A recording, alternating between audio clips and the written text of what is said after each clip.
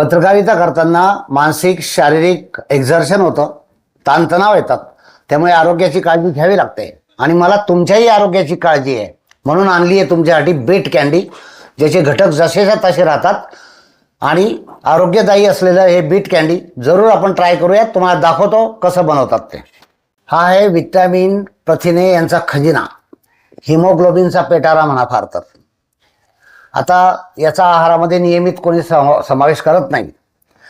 म्हणजे याच्यामध्ये फोलेट आहे, मॅग्नीज आहे, पोटॅशियम आहे, विटॅमिन सी आहे, डायटरी फायबर आहे, सगळ्यात महत्त्वाचं म्हणजे नायट्रेट आहे, जे तुमचं रक्तवाहिन्या रुंद करण्याचं काम करतं, रक्तवाहिन्याचे ब्लॉकेज दूर करण्याचं काम करतं. परंतु रक्तदाब कंट्रोल करण्यासाठी, हे अत्यंत नियंत्रित ठेवण्यासाठी अत्यंत महत्त्वाचं आहे.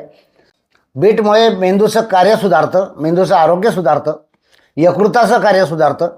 म्हणजे कुठलाही पार्ट याचा वाया जाणार नाही, शरीराला प्रचंड फायदा देणारा, म्हणून याला हिमोग्लोबिनचा पेटारा म्हणतो किंवा आरोग्याचा खजिना आहे. तर या बीटची कॅन्डी बनवली. असं कॅन्डीला वास येतो माटकट खाताना, आपण हे खाल्लं तर, पण कॅन्डी बनवली तर वास येणार नाही. हे बनवण्यासाठी मी अर्धा किलो बीट कापून घेतले बारीक, माझ्या सोयीने, तुम्ही लहान मोठ्या करू शकतात. आणि त्याच्यात फक्त अर्धा किलो साखर टाकली आणि 3 दिवस याला साखरेत मोरू दिलं. आता आज त्याची काढायची वेळ झाली आहे, तुम्हाला दाखवण्यासाठी काढलं आहे. आता हे अशा पद्धतीने वाळायला जाईल आणि 2-3 दिवसात हे कोरडं झालं की बरणीत भरून ठेवा. जाता येता मुलं खातील, मोठे खातील, म्हातारे खातील, अतिशय मधुर लागेल.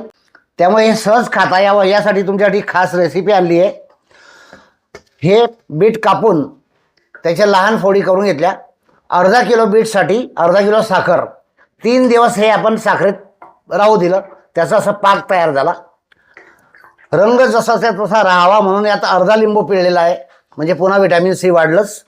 आता हे असं काढून घेतलं आणि 2-3 दिवसात हे छान कपडा झाकून, बारीक कपडा झाकून वाळलं की येता जाता कोणी सहज तोंडात टाकेल, त्याला आवडेल. याला मातकट वास येणार नाही, कारण तो वास आता याच्यात निघून गेलेला आहे. आपण म्हणतो ना, आम के आम गुठलियों के दाम. बीट कॅन्डीची रेसिपी तुम्ही पाहिलीच असेल पहिल्या व्हिडिओमध्ये. बीट कॅन्डी सगळ्यांना आवडणारी, अतिशय मधुर, तोंडात लगेच विरघळणारी आणि आरोग्याला प्रचंड ऊर्जा देणारी. त्या बीट कॅन्डीत ज्यात बीटचे तुकडे आपण साखरेमध्ये बुरवले होते, तो साखरेचा पाक बघा.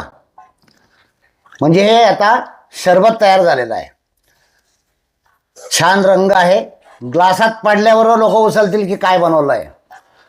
तर हे 2 चमचे याला बाटलीमध्ये भरून फ्रीजमध्ये ठेवून द्यायचं.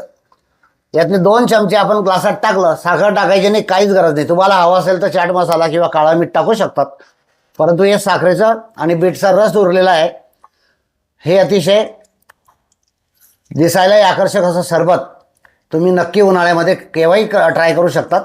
तर हे वाया जाणारी वस्तू नाही आहे. पूर्ण बीट संपलंच, त्याची साल काढली, ती सुद्धा मी झाडांना खत म्हणून करणार आहे.